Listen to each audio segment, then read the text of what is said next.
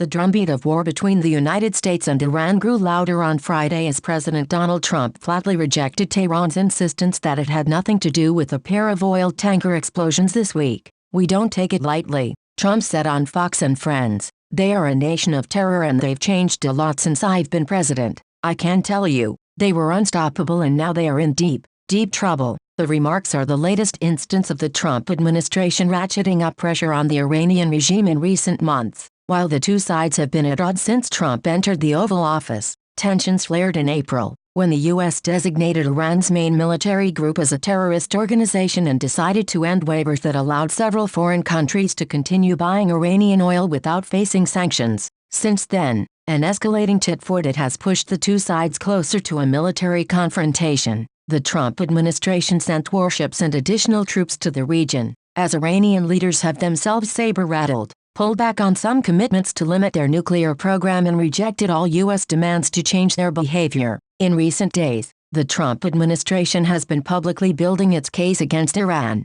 Overnight, the Pentagon made its first attempt to release concrete evidence that the Iranian military was molesting oil tankers moving through the Strait of Hormuz, publishing a video officials said showed Iranian soldiers removing an unexploded mine from the hull of one of the attacked ships. And earlier Thursday, Secretary of State Mike Pompeo said U.S. intelligence had concluded Iran was responsible, an assertion Trump reiterated Friday. "Well, Iran did do it. You know they did it, because you saw the boat. I guess one of the mines didn't explode and it's probably got, essentially, Iran written all over it," he said. "And you saw the boat at night trying to take the mine off, and successfully took the mine off the boat and that was exposed, and that was their boat, that was them, and they didn't want the evidence left behind." The public case was more forceful than the administration's last attempt to blame Iran for similar attacks last month on vessels moving through the Strait of Hormuz, reflecting the mounting attempts to convince the public and U.S. allies that Iran poses a danger to the region.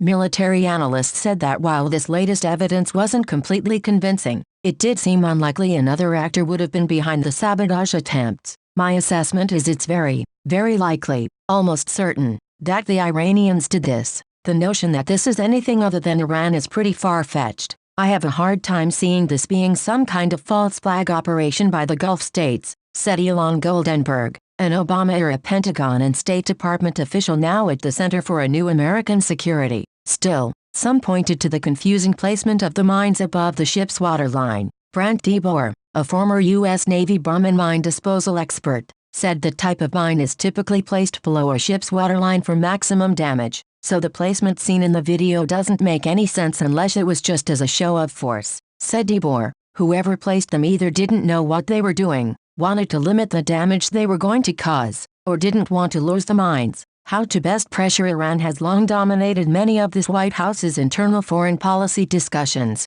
from the president's decision in May 2018 to pull out of the deal to limit Tehran's nuclear ambitions, to Jared Kushner's nascent proposal to settle territorial disputes in Israel. The Trump administration accuses Iranian leaders of funding violent proxy groups throughout the region and secretly working to restart its nuclear program. But Trump himself often vacillates on how to best deal with adversaries like Iran. He wants to appear and talk tough to U.S. enemies without provoking an actual conflict, given his isolationist approach to foreign conflicts. While the U.S. recently sent an additional 1,500 troops to the Middle East to counter unspecified Iranian threats, the president has also been skeptical of his more hawkish advisors such as National Security Advisor John Bolton, who's long advocated for a far harsher stance toward Iran. Hawkish members of the administration could push Trump to pursue limited military strikes against Iranian targets, said Goldenberg. Such attacks would be similar to strikes Trump authorized in 2017 and 2018 against Syrian leader Bashar Assad's chemical weapons facilities.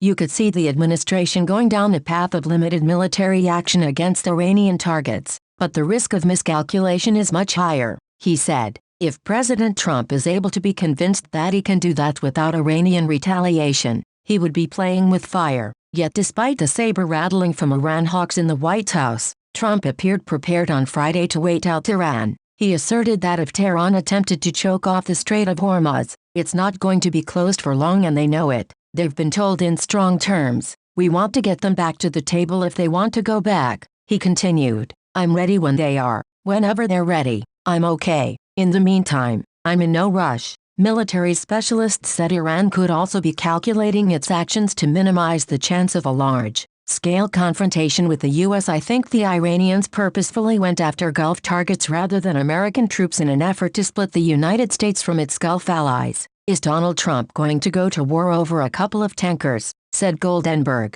Still, experts said the latest assault on the oil ships, if indeed ordered by Tehran, appeared to represent a shift away from more moderate policies championed over the past year by Iran's foreign minister, Javad Zarif, and President Hassan Rouhani. The attack on a Japanese vessel was particularly perplexing, given that it came the same day Japanese Prime Minister Shinzo Abe was visiting Iran to try and calm tensions. One theory is that Iran wants to call Trump's bluff. I think they keep pushing to demonstrate that a lot of the U.S. ability to respond is just bluster, said Philip Smith of the Washington Institute for Near East Policy, who studies Iran's involvement in Middle Eastern conflicts. I think the Iranians see disarray at the top of the U.S. decision-making period, that Trump doesn't want war and isn't going to do anything. Indeed, Trump responded with a bit of levity to Iranian Supreme Leader Ali Khamenei's declaration that Trump's offers for peace talks were unworthy of a response. I'm glad he likes me so much. He has every reason not to like me,